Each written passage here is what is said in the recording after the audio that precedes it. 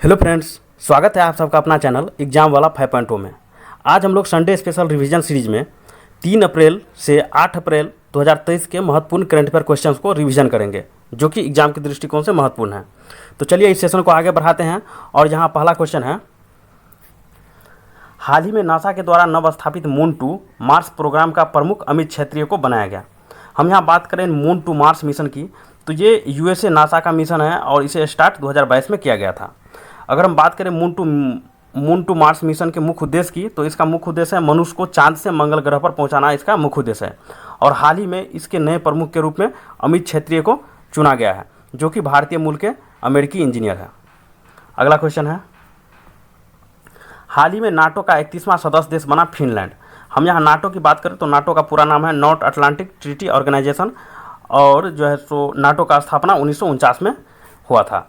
हम बात करें नाटो की हेडक्वार्टर की, तो ये ब्रुसेल्स बेल्जियम इसका हेडक्वार्टर है और इसका वर्तमान हेड है स्लोटेनबर्ग।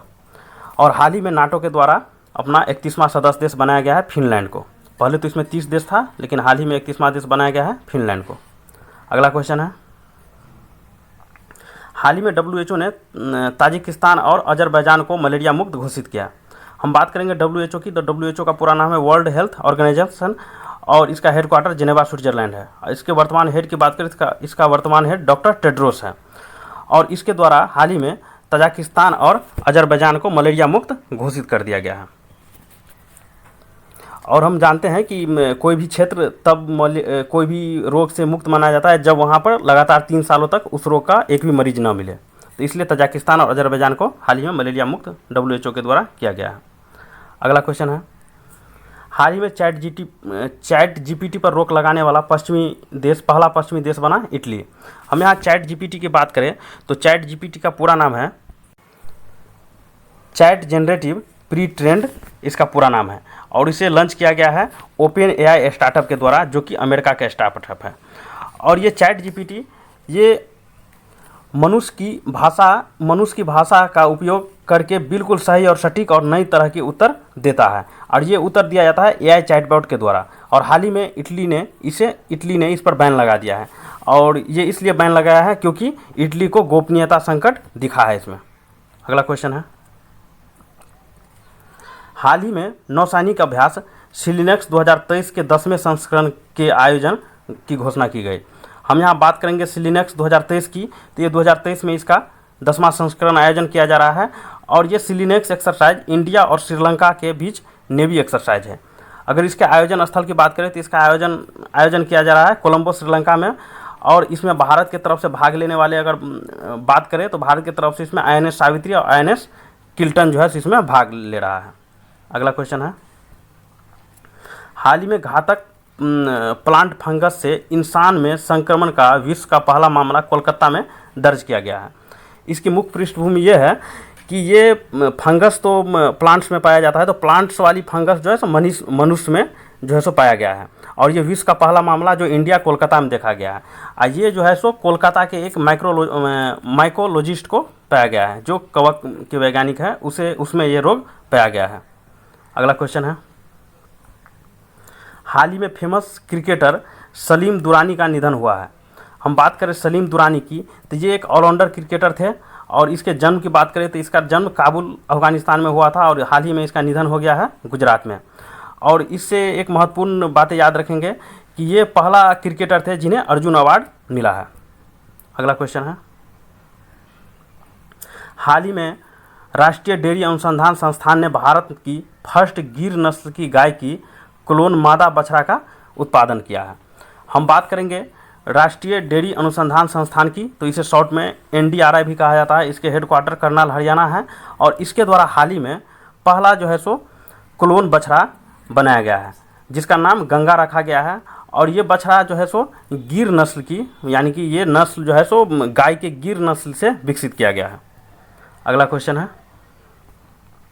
हाल ही में मुंबई को शामिल किया गया वर्ल्ड ट्री सिटी लिस्ट 2022 में। हम यहाँ बात करेंगे वर्ल्ड ट्री सिटी लिस्ट की, तो इसे स्टार्ट किया गया था 2019 में। और ये स्टार्ट किया गया था FAO के द्वारा, फूड एंड एग्रीकल्चर ऑर्गेनाइजेशन के द्वारा ये world tree city list 2022 start किया गया। हम बात करेंगे 2022 में तो 2022 में मुंबई को इसमें शामिल किया गया है और इसका मुख्य उद्देश्य है कि 2027 तक 50 करोड़ पेड़ लगाना इसका मुख्य उद्देश्य है। अगला क्वेश्चन है, हाल ही में हिंदू फोबिया के खिलाफ प्रस्ताव पारित करने वाला जॉर्जिया यूएसए का फर्स्ट देश बना। हम बात करेंगे फोबिया की, तो फोबिया का पूरा अर्थ होता है डर या भय, और हाल ही में जॉर्जिया के द्वारा जो है सो हिंदू फोबिया यानी कि हिंदू से डर वाली जो है सो प्रस्ताव पारित किया गया है। अगला क्वेश्चन है, हाल ही में पटना मेट्रो परियोजना के लिए अंतर्राष्ट्रीय संस्था जीका के द्वारा आर्थिक सहायता प्रदान किया जा रहा है। हम बात करें पटना मेट्रो परियोजना की, तो इसे स्टार्ट 2018 में किया गया था। इसे स्टार्ट डीएमआरसी के सहयोग से, दिल्ली मेट्रो कॉरपोरेशन के सहयोग से इसे स्टार्ट किया गया था। और इसके टोटल लंबाई की बात करें तो इसका टोटल लंबाई है 31 किलोमीटर। और हाल ही में इसके फर्स्ट फेज जिसका लंबाई है 14.05 किलोमीटर, इस पे कार्य स्टार्ट हुआ है, जिसके निर्माण के कार्य के लिए सहयोग लिया गया है जीका के द्वारा। जीका का पूरा नाम है जापान इंटरनेशनल कॉरपोरेशन एजेंसी, और इसके द्वारा जो है सो बिहार सरकार द्वारा इससे मदद लिया गया है इसके फर्स्ट कॉरिडोर बनाने में। और इसमें सहयोग के रूप में 5507 करोड़ रुपए जो है सो सहयोग राशि के रूप में लिया गया है। अगला क्वेश्चन है, हाल ही में इसरो ने पुनः परियोजन लॉन्च वाहन स्वायत्ता लैंडिंग मिशन RLV-LEX का सफलतापूर्वक परीक्षण किया। हम यहाँ बात करेंगे RLV-LEX की, तो इसका पूरा नाम है reusable launch vehicle autonomous landing mission. और ये एक ऐसा मिशन है जिसमें जैसे हम कोई लॉन्च पहले जो है सो रॉकेट लॉन्च करते थे तो इसे डिस्ट्रॉय करना पड़ता था। जब इसे ज़मीन पर लाया जाता था तो इसे कहीं नहर में या कहीं भी इसे समुद्र में गिराया जाता। लेकिन बस इसमें क्या है कि इसमें एक ऐसा रॉकेट विकसित किया गया है जिसमें इसे नष्ट नहीं किया जाना है, इसे रीयूज किया जाना है। इसमें ऑटोमेटिक लैंडिंग की भी सुविधा है। ये जो है सो इसरो द्वारा लॉन्च किया गया है। अगर इसके परीक्षण की बात करें तो इसरो द्वारा इसे चित्रकूट कर्नाटक स्टेशन में इसका परीक्षण किया गया और ये सफलतापूर्वक इसका परीक्षण हुआ है RLV-LEX का। अगला क्वेश्चन है, हाल ही में ग्लोबल वार्मिंग में राष्ट्रीय योगदान की ग्लोबल सूची किया गया लॉन्च। हम यहाँ ग्लोबल सूची की बात करें तो ये एक रिपोर्ट है जिसे जारी किया था यूरोपीय यूनियन और यूएसए के द्वारा। ये रिपोर्ट जो है सो तैयार किया गया है 1850 से 2021 के बीच के ग्रीन हाउस गैस उत्सर्जन के अकॉर्डिंग, यानी कि इस ड्यूरेशन में मतलब किस क्षेत्र में कितना गैस या किस देश में कितना ग्रीन हाउस गैस उत्सर्जन किया गया, उस हिसाब से ये रिपोर्ट दिया गया है। इस रिपोर्ट में अगर हम फर्स्ट रैंक की बात करें तो इसमें यूएसए जो कि डेवलप्ड कंट्री है, तो ये ऑलरेडी ही बहुत ज़्यादा ग्रीन हाउस गैस उत्पादन करेगा क्योंकि वहाँ पर बहुत ज़्यादा इंडस्ट्री और बहुत ज़्यादा जो है सो इंडस्ट्री वगैरह पाए जाते हैं। और सेकेंड स्थान पे है चीन और थर्ड स्थान पे है रसिया। वही हम अगर इंडिया की बात करें तो इंडिया इसमें 5वें रैंक पे है। अगला क्वेश्चन है, हाल ही में मियामी ओपन 2023 के एकल महिला वर्ग की विजेता बनी पेट्रा क्वितोवा। हम यहाँ बात करेंगे मियामी ओपन की, तो मियामी ओपन का स्टार्ट 1985 में यूएसए में हुआ था। अगर इसके ग्राउंड की बात करें जिस पे ये खेला जाता है तो इसका ग्राउंड है हार्ड रॉक ग्राउंड। और हाल ही में महिला एकल विजेता बनी है पेट्रा क्वितोवा मियामी ओपन का। अगला क्वेश्चन है, हाल ही में स्कूल चले अभियान का शुभारंभ उत्तर प्रदेश से किया गया है। हम बात करें स्कूल चले अभियान की तो ये यूपी के श्रावस्ती का एक योजना है और इसका घोषणा 2022 में ही हुआ था और इसे स्टार्ट किया गया है 1 अप्रैल 2023 से। और इसके लिए सरकार द्वारा 1200 रुपये का जो है सो सहायता राशि भी उपलब्ध कराया जा रहा है। और इसके अगर मुख्य उद्देश्य की बात करें तो स्कूल चले अभियान की मुख्य उद्देश्य है नामांकन को 100% करना तथा स्कूल छोड़ चुके बच्चों को पुनः वापसी लाना। और ये कार्यक्रम हर साल चलने वाली है। अगला क्वेश्चन है, हाल ही में एयरटेल और इंडियन पोस्ट पेमेंट बैंक के द्वारा शुरू किया गया व्हाट्सएप बैंकिंग सेवा। हम बात करेंगे व्हाट्सएप बैंकिंग सेवा की, तो इसे स्टार्ट किया गया है एयरटेल तथा इंडियन पोस्ट पेमेंट बैंक के द्वारा। अगर इसके मुख्य उद्देश्य की बात करें तो इसका मुख्य उद्देश्य है वित्तीय समावेश को बढ़ावा देना यानी कि वित्तीय लेन देन को बढ़ावा देना। अगला क्वेश्चन है, हाल ही में ट्रांस पैसिफिक भागीदारी समझौता में शामिल हुआ ब्रिटेन। हम यहाँ बात करेंगे ट्रांस पैसिफिक पार्टनरशिप की, तो इसका शॉर्ट नेम है TPP समझौता और इसे शुरू किया गया था 2018 में। और ये एक फ्री ट्रेड एग्रीमेंट है जिसमें टैक्स फ्री व्यापार किया जाता है। और हाल ही में जो है सो इस एग्रीमेंट में शामिल हुआ है ब्रिटेन। अगर इस एग्रीमेंट की बात करें तो इस एग्रीमेंट में प्रशांत महासागर से लगे देशों के बीच का जो है सो व्यापार व्यवसाय होना है, जिसमें टोटल 11 देश है। और हाल ही में ब्रिटेन इसमें शामिल हुआ है ब्रेक्जिट के बाद, यानी कि EU से हटने के बाद। अगला क्वेश्चन है, हाल ही में USA, जापान और दक्षिण कोरिया ने शुरू किया फर्स्ट पनडुब्बी रोधी एक्सरसाइज। ये फर्स्ट पनडुब्बी रोधी एक्सरसाइज की बात करें तो ये USA, जापान और दक्षिण कोरिया के बीच आयोजन किया गया रहा है और ये फर्स्ट टाइम आयोजन किया जा रहा है 2023 में। अगर इसके आयोजन की बात करें तो ये दक्षिण कोरिया के जेजू में इसका आयोजन किया जा रहा है। अगला क्वेश्चन है, हाल ही में इन स्पेस ने स्टार्टअप के लिए अंतरिक्ष डिजाइन प्रयोगशाला का किया उद्घाटन। हम यहाँ इन स्पेस की बात करें तो इन स्पेस का पूरा नाम है भारतीय राष्ट्रीय अंतरिक्ष संवर्धन प्राधिकरण केंद्र, और इसके द्वारा अंतरिक्ष डिजाइन प्रयोगशाला का जो है सो खोला गया है।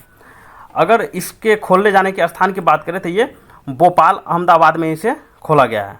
और इस डिजाइन प्रयोगशाला के अगर मुख्य उद्देश्य की बात करें इसके मुख्य उद्देश्य की, तो इस डिजाइन प्रयोगशाला में जो है जो सो स्पेस जो भी अंतरिक्ष रिलेटेड यंत्र है या जो भी है उसे डिजाइन किया जाएगा। और अगर इसके उद्घाटन की बात करें तो इसका उद्घाटन इसरो के हेड सोमनाथ जी के द्वारा इसका उद्घाटन किया गया। अगला क्वेश्चन है, हाल ही में जारी हुआ CCTNS रैंकिंग।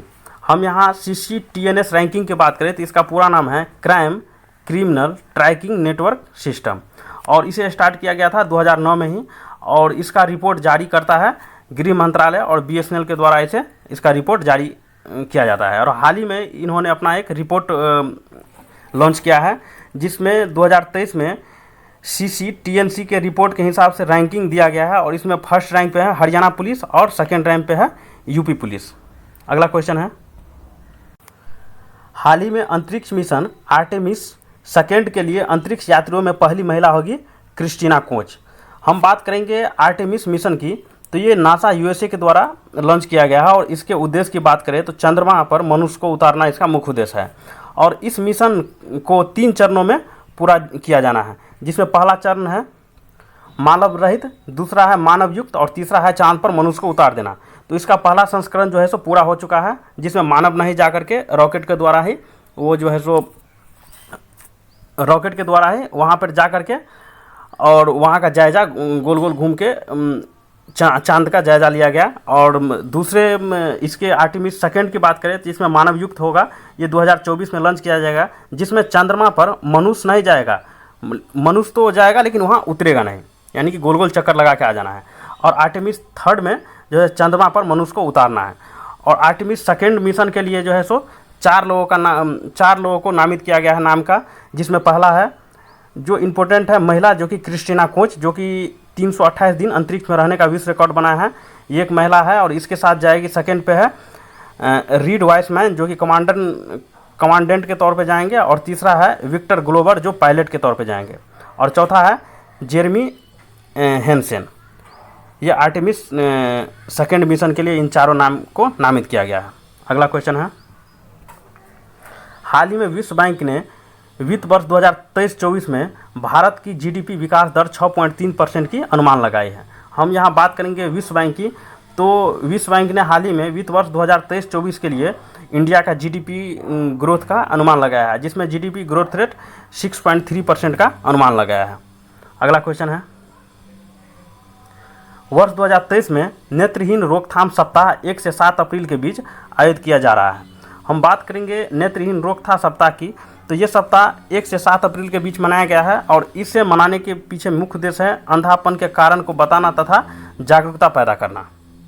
अगला क्वेश्चन है, मानव वन्यजीव संघर्ष पर पहला वैश्विक सम्मेलन ब्रिटेन में आयोजित किया गया। हम बात करेंगे मानव वन्यजीव संघर्ष सम्मेलन की, तो ये इसका आयोजन IUCN FA और UNDP के द्वारा इसका आयोजन किया जा रहा है। और ये आयोजन स्थल की बात करें तो ये ऑक्सफोर्ड यूनिवर्सिटी ब्रिटेन में इसका आयोजन किया गया। अगला क्वेश्चन है, MF हाइड्रा दुनिया का पहला तरल हाइड्रोजन संचालित नाव यानी कि बोट बनी है। हम बात करेंगे MF हाइड्रा बोट की, तो ये विश्व का पहला बोट है जो हाइड्रोजन से चलेगी। और ये हाइब्रिड भी है, यानी कि अगर हमको हाइड्रोजन उपलब्ध नहीं हुआ तो वहाँ पे इलेक्ट्रिक पे ये चलेगी। अगर इसके निर्माता कंपनी की बात करें तो इसका निर्माता कंपनी है नोरलेट, जो कि नॉर्वे की कंपनी है, और ये हाइब्रिड भी है जो बैटरी और हाइड्रोजन दोनों पे चलेगी। अगला क्वेश्चन है, और हम बात करेंगे यहाँ पर MF हाइड्रा 9 की। तो इसकी क्षमता की बात करें तो इसका क्षमता है 300 यात्री प्लस 880 वाहन को एक साथ एक जगह से दूसरे जगह ले जाना, और इसके मुख्य उद्देश्य है ग्रीन हाउस गैस को जो कि बढ़ रही है उसे कम करना तथा कार्बन के उत्सर्जन को भी कम करना। अगला क्वेश्चन है, हाल ही में पंजाब पुलिस के द्वारा हुई एंड क्राई नोटिस जारी किया गया। हम बात करें हुई एंड क्राई की, तो ह्यू एंड क्राई एक नोटिस है जिसे हिंदी में हल्ला गुल्ला करना होता है, और ये इसलिए निकाला जाता है क्योंकि जब कोई क्रिमिनल पकड़ में नहीं आया जाता है पुलिस से, तो वो सामाजिक तौर पे इसे पकड़ने की कोशिश करता है, और जिसके तहत ह्यू एंड क्राई जो है सो नोटिस जारी करता है। इसे ये स्टार्ट हुआ था 1285 में इंग्लैंड में ही फर्स्ट टाइम, और ये अभी पंजाब पुलिस के द्वारा निकाला गया है। और ये इसलिए पंजाब पुलिस के द्वारा निकाला गया है, इसका मुख्य उद्देश्य है अमृतपाल को पकड़ना। अमृतपाल वो है एक खालिस्तानी समर्थक है जिसे पकड़ने के लिए ह्यू एंड क्राई नोटिस जारी किया गया है पंजाब पुलिस के द्वारा। अगला क्वेश्चन है, हाल ही में जम्मू कश्मीर के बसहोली चित्रकला को जीआई टैग प्रदान किया गया। हम बात करें बसहोली चित्रकला की, तो ये जम्मू कश्मीर की फेमस चित्रकला है और हाल ही में इसे जीआई टैग प्रदान किया गया है, और जीआई टैग 10 साल के लिए प्रदान किया जाता है।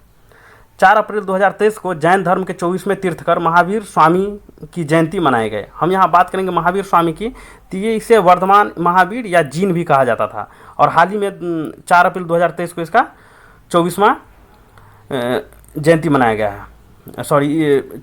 जैन धर्म के 24वें तीर्थकर महावीर स्वामी का जयंती मनाया गया है 4 अप्रैल 2023 को। अगर हम बात करें जैन धर्म की, तो ये जैन धर्म के 24वें तीर्थकर थे, और इसका जन्म जो है सो चैत्र शुक्ल पक्ष को कुंडग्राम बिहार में इसका जन्म हुआ था, वैशाली में। अगला क्वेश्चन है, हाल ही में मैड्रिड स्पेन मास्टर टूर्नामेंट हुई संपन्न। हम बात करेंगे मैड्रिड स्पेन मास्टर टूर्नामेंट की, तो ये एक बैडमिंटन का टूर्नामेंट है और इसका आयोजन स्पेन में किया गया, और इसके हाल ही में फीमेल संस्करण का अगर विजेता की बात करें तो इसके फीमेल संस्करण के विजेता है मरिस्का जो कि इंडोनेशिया की है, और उप विजेता है PV सिंधु। और मेल की अगर बात करें तो मेल के विजेता है निशिमातो जो कि जापान की है। अगला क्वेश्चन है, हाल ही में डिजिटल रेडियो स्टेशन रेडियो संगवारी का शुभारंभ किया गया। हम बात करें रेडियो संगमारी की, तो ये रेडियो स्टेशन छत्तीसगढ़ सरकार के द्वारा स्टार्ट किया गया है, और ये डिजिटल रेडियो स्टेशन है। अगर इसकी विशेषता की बात करें तो इसका मुख्य विशेषता है कि 2G इंटरनेट पे भी ये अच्छी प्रसारण करेगी, और ये रेडियो संगवारी की फाउंडर की बात करें तो ये राहुल शर्मा इसका फाउंडर है, और रेडियो संगवारी की अगर फ्रीक्वेंसी की बात करें तो इसका FM 90.8 इसका फ्रीक्वेंसी है। अगला क्वेश्चन है, हाल ही में नाडा के सकारात्मक डोप टेस्ट के कारण वेट लिफ्टर संजीता चानी को 4 साल का बैन लगाया गया। हम बात करें नाडा की, तो नाडा का पूरा नाम है नेशनल एंटी डोपिंग एजेंसी, और इसके द्वारा 4 साल के लिए बैन लगाया गया है संजीता चानू को। संजीता चानू एक मणिपुर की वेट लिफ्टर है, और इन्होंने कॉमनवेल्थ गेम में 2 गोल्ड लाया था, जो कि 2014 वाले और 2018 वाले कॉमनवेल्थ गेम में इन्होंने 2 गोल्ड जीता था, और इसे 4 साल के लिए बैन लगाया गया। और ये इसलिए लगाया गया है क्योंकि इसके बॉडी में मेटाबोलाइट नामक ड्रग पाया गया है। ये मेटाबोलाइट नामक ड्रग क्या करता है बॉडी में, तो मांसपेशियों को मजबूत करता है तथा मांसपेशियों को दर्द नहीं होने देता है, यानी कि दर्द महसूस होने नहीं देता है। अगला क्वेश्चन है, हाल ही में स्काई रूट एरोस्पेस ने 3D printed cryogenic engine Dhawan second का परीक्षण किया है। हम यहाँ बात करेंगे स्काई रूट एरोस्पेस की, तो ये इसका स्थापना 2018 में किया गया था, और इसका हेडक्वार्टर हैदराबाद में है, और ये स्काई रूट एरोस्पेस के द्वारा 3D प्रिंटेड क्रायोजेनिक इंजन जो कि धवन सेकंड का परीक्षण किया है। ये धवन सेकंड जो है सो क्रायोजेनिक इंजन है, और इसके द्वारा इस इंजन के द्वारा जो है सो विक्रम सेकंड जो है सो रॉकेट को लॉन्च किया जाएगा। अगला क्वेश्चन है, 6 अप्रैल को मनाया गया अंतर्राष्ट्रीय खेल दिवस। हम यहाँ बात करेंगे अंतर्राष्ट्रीय खेल दिवस की, तो ये 6 अप्रैल को मनाया जाता है, और ये इसलिए मनाया जाता है क्योंकि 6 अप्रैल 1996 को पहली बार एथेंस में ओलंपिक गेम खेला गया था। अगर हम बात करें अंतर्राष्ट्रीय खेल दिवस जो कि 6 अप्रैल को मनाया जाए, अगर 2023 वाले संस्करण की थीम की बात करें तो इसका 2023 में थीम रहा scoring for people and planet, scoring for people and planet इसका 2023 का थीम रहा। अगला क्वेश्चन है, हाल ही में पुस्तक गांधी सियासत और संप्रदाय का किया गया विमोचन। हम बात करें गांधी सियासत और संप्रदाय बुक की, तो ये बुक का राइटर है पीयूष बाबेली, और हाल ही में इसका जो है सो इसका विमोचन किया गया। अगला क्वेश्चन है, हाल ही में राष्ट्रीय विद्युत आयोग का मसौदा की अवधि 2022 से 27 के लिए जारी किया गया। हम बात करें राष्ट्रीय विद्युत आयोग की, तो इसे शॉर्ट में एनईपी कहा जाता है, और हाल ही में इसके द्वारा 2022 से 27 तक के मसौदा तैयार किया गया है। अगर इसके उद्देश्य की बात करें तो इसका उद्देश्य है नवीकरणीय ऊर्जा पर ध्यान देना। अगला क्वेश्चन है, हाल ही में T20 अंतर्राष्ट्रीय क्रिकेट में एम्पायरिंग करने वाली पहली महिला बनी किम कॉटन। हम यहाँ बात करेंगे T20 अंतर्राष्ट्रीय क्रिकेट की, तो इसमें फर्स्ट महिला बनी है एम्पायर करने वाली किम कॉटन, और ये मैच होने जा रहा है न्यूजीलैंड और श्रीलंका के बीच में, ये जो है सो एम्पायरिंग करेगी। अगला क्वेश्चन है, हाल ही में मेरीबोर्न क्रिकेट क्लब में 19 क्रिकेटरों को आजीवन मानद सदस्यता प्रदान की गई। हम बात करेंगे मेरीबोर्न क्रिकेट क्लब की, तो इसका स्थापना 1787 में किया गया, और ये स्थान है लॉर्ड्स मैदान यूके, जिसे क्रिकेट का मक्का भी कहा जाता है। और इसके ये जो है सो मेरीबोर्न क्रिकेट क्लब ये क्रिकेट के रूल्स एंड रेगुलेशन को तय करता है, और हाल ही में इसके द्वारा 19 क्रिकेटरों को आजीवन मानद प्रदान किया गया है, जिसमें 5 क्रिकेटर इंडिया के भी हैं, और ये 5 क्रिकेटर हैं MS धोनी, युवराज सिंह, सुरेश रैना, मिताली राज और झूलन गोस्वामी। अगला क्वेश्चन है,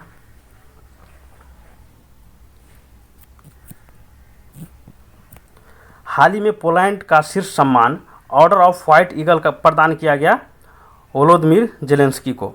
हम बात करें ऑर्डर ऑफ व्हाइट ईगल की, तो ये पुरस्कार पोलैंड की एक शीर्ष सम्मान है, और ये हाल ही में वोलोदिमीर जेलेंस्की को, जो कि यूक्रेन के राष्ट्रपति है, इसे प्रदान किया गया है। अगला क्वेश्चन है,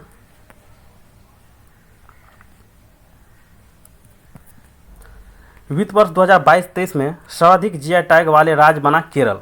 हम यहाँ बात करेंगे GI टैग की, तो इसका फुल फॉर्म होता है जियोग्राफिकल आइडेंटिफिकेशन, और ये आइडेंटिफिकेशन जो है सो GI टैग कहा जाता है, और इसे स्टार्ट किया गया था 1999 के एक्ट से, और ये लागू हुआ 2003 में, और फर्स्ट टाइम ये 2004 में जो है सो दार्जिलिंग के चाय को ये दिया गया, और ये दिया जाता है 10 साल के लिए। अगला क्वेश्चन है, और इसमें हम एक और पॉइंट देखेंगे, और 2022-23 में टोटल 12 उत्पादों को ये GI टैग दिया गया है, जिसमें मैक्सिमम उत्पाद केरल के हैं। अगला क्वेश्चन है, हाल ही में भारत को संयुक्त राष्ट्र के 3 महत्वपूर्ण संगठन का सदस्य चुना गया। हम बात करेंगे तो भारत को हाल ही में संयुक्त राष्ट्र के UN के 3 महत्वपूर्ण संगठन का सदस्य बनाया गया है, और वो महत्वपूर्ण संगठन है, पहला है संयुक्त राष्ट्र सांख्यिकी आयोग, जिसमें 4 साल के लिए इसमें मानद सदस्यता प्रदान किया गया है, और अगला है दूसरा है संयुक्त राष्ट्र मादक पदार्थ रोकथाम आयोग, और इसके लिए भी 4 साल के लिए इसमें सदस्यता दिया गया है, और तीसरा है संयुक्त राष्ट्र HIV एड्स कार्यक्रम समन्वय बोर्ड, इसमें 4 साल के नहीं, इसमें 3 साल के लिए सदस्यता लिया है, और इन्होंने अपना कार्यकाल, ये इंडिया ने अपना कार्यकाल 1 जनवरी 2024 से स्टार्ट करेगा। अगला क्वेश्चन है, 7 अप्रैल 2023 को मनाया गया विश्व स्वास्थ्य दिवस। हम यहाँ बात करेंगे विश्व स्वास्थ्य दिवस की, तो ये 7 अप्रैल को मनाया जाता है, और ये 7 अप्रैल को इसलिए मनाया जाता है क्योंकि 7 अप्रैल 1948 को WHO का स्थापना हुआ था। हम यहाँ बात करें WHO की, तो इसका पूरा नाम है वर्ल्ड हेल्थ ऑर्गेनाइजेशन, और इसका हेडक्वार्टर है जिनेवा स्विट्जरलैंड। इसके वर्तमान हेड है डॉक्टर टेड्रोस, और 2023 में WHO ने अपना 75वां वर्षगांठ मनाया है। अगर हम बात करें विश्व स्वास्थ्य दिवस 2023 के थीम की, तो हेल्थ फॉर ऑल थीम के साथ 2023 विश्व स्वास्थ्य दिवस मनाया गया है। अगला क्वेश्चन है, हाल ही में फीफा रैंकिंग में भारत रहा 101 रैंक पर। हम यहाँ बात करेंगे फीफा की, तो इसका पूरा नाम है international federation of association football, और इसका स्थापना 1904 में हुआ था, और इसका हेडक्वार्टर है ज्यूरिख स्विट्जरलैंड। और इसके वर्तमान हेड की बात करें तो इसका वर्तमान हेड है इन्फेंटिनो, और 2023 में इसके द्वारा एक रैंकिंग तैयार किया गया है, जिसमें टॉप पे है अर्जेंटीना और सेकंड पे है फ्रांस, अगर इंडिया की बात करें तो इंडिया इसमें 101 में रैंक पे है। अगला क्वेश्चन है, हाल ही में संयुक्त सैन्य अभ्यास कवच का आयोजन किया गया। हम बात करें कवच एक्सरसाइज की, तो ये कवच एक्सरसाइज एक संयुक्त सैन्य अभ्यास है जिसमें इंडियन आर्मी, नेवी और इंडियन एयरफोर्स इसमें जो है सो संयुक्त रूप से ये एक्सरसाइज में शामिल होते हैं। अगर इसके आयोजन की बात करें तो इसका आयोजन अंडमान निकोबार की राजधानी पोर्ट ब्लेयर में इसका आयोजन किया गया है। अगला क्वेश्चन है, हाल ही में अलेक्जेंडर सेफरिन को यूरोपियन फुटबॉल संघ का अध्यक्ष नियुक्त किया गया। हम बात करें यूरोपियन फुटबॉल संघ की, तो इसे शॉर्ट में UEFA कहा जाता है और इसका स्थापना 1955 में हुआ था।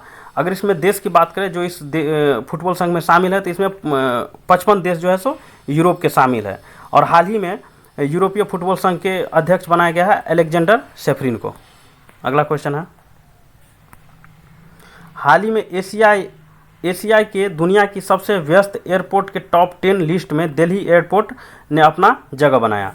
हम बात करेंगे एशिया की, तो इसका पूरा नाम है एयरपोर्ट काउंसिल इंटरनेशनल और इन्होंने इसके द्वारा व्यस्तता के अकॉर्डिंग एक लिस्ट तैयार किया गया है जो कि 2022 वाली लिस्ट है। इसमें टॉप 10 में शामिल हुआ है इंडिया के एक एयरपोर्ट, इंदिरा गांधी एयरपोर्ट। अगर इसमें हम टॉप पे बात करें तो ये हर्ट्सफील्ड अटलांटा एयरपोर्ट जो कि USA में है, ये टॉप पे रहा है और इंडिया 9वें स्थान पे रहा है और 9वें स्थान पे है दिल्ली का इंदिरा गांधी एयरपोर्ट। अगला क्वेश्चन है, हाल ही में एप्पल ने अपना भारत का पहला रिटेल स्टोर मुंबई में खोलने की घोषणा की। हम बात करेंगे एप्पल की, तो ये एप्पल USA की कंपनी है, एक इलेक्ट्रॉनिक गैजेट्स निर्माता कंपनी है और हाल ही में इन्होंने घोषणा किया है कि इंडिया में अपना फर्स्ट रिटेलर स्टोर मुंबई में खोलेगा और मुंबई में ये जियो मॉल में अपना रिटेल स्टोर खोलने की घोषणा की है। अगला क्वेश्चन है, हाल ही में बहरीन के द्वारा शुरू किया गया गोल्डन लाइसेंस योजना। हम यहाँ बात करेंगे गोल्डन लाइसेंस योजना की, तो ये स्टार्ट किया गया बहरीन के द्वारा और इसके उद्देश्य की बात करें तो निवेश तथा नौकरी को इसमें आकर्षित करना है और इस गोल्डन लाइसेंस के लिए वही लोग एलिजिबल है जो बहरीन में $50 मिलियन का निवेश करे और 500 नौकरी क्रिएट करे, उसी के लिए है। और इसके बेनिफिट की बात करें जो इसमें एलिजिबल होंगे, अगर वो करते हैं वहाँ पे, तो वो लाइसेंस अगर पाते हैं तो उसमें बेनिफिट मिलने वाला है कि सरकार भूमि अधिग्रहण करवाएगा। जो वहाँ पर वो स्टार्टअप स्टार्ट करने वाले, निवेश करने वाले हैं, उसके लिए भूमि अधिग्रहण सरकार द्वारा करवाएगा और तथा बेहतर सरकारी सुविधा प्रदान किया जाएगा। अगला क्वेश्चन है, हाल ही में असम सरकार के द्वारा शुरू किया गया पहला गज उत्सव। हम यहाँ पहले बात करेंगे प्रोजेक्ट हाथी की, तो ये 1992 में स्टार्ट किया गया था और इसके 30 साल पूरा होने के उपलक्ष्य में गज उत्सव स्टार्ट किया गया है जो कि 2023 में पहली बार ये मनाया जाएगा।